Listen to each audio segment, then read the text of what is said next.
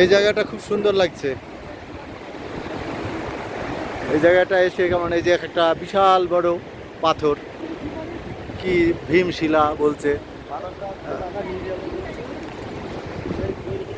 আমাদের টিম নিয়ে এখানে চলে এসেছি, খুব ভালো লাগছে এই জায়গাটা। আমার ভাগ্নে কি করছে? প্রদীপ, প্রদীপ হাই বলে দাও। প্রদীপ কেমন লাগছে? কেমন লাগছে হ্যাঁ বলো কিছু। আমি যে মুখে প্রকাশ করে বলবো সেটা হয়তো মানে সবার মনে হবে নয় অতটা সুন্দর। ঠিক বলেছো, এইসব জায়গায় এতই সুন্দর, এটা তো আর ক্যামেরার এই লেন্সে বন্দি হবে না। আমাদের যে চোখের লেন্স, সেই লেন্স দিয়ে যা দেখছি এটা কাউকে বলে বোঝানো যাবে না। একদম একদম ঠিক কথা বলেছো, খুব সুন্দর লাগছে। দেবাশিস, তোর অভিজ্ঞতা একটু শেয়ার কর।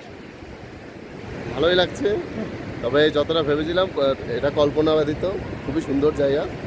যেটা ক্যামেরা দিয়ে যতটা না দেখা যাচ্ছে, প্রত্যক্ষদর্শী হলে তার অভিজ্ঞতাটা আরও ভালো, সুন্দর, ভালোই লাগছে।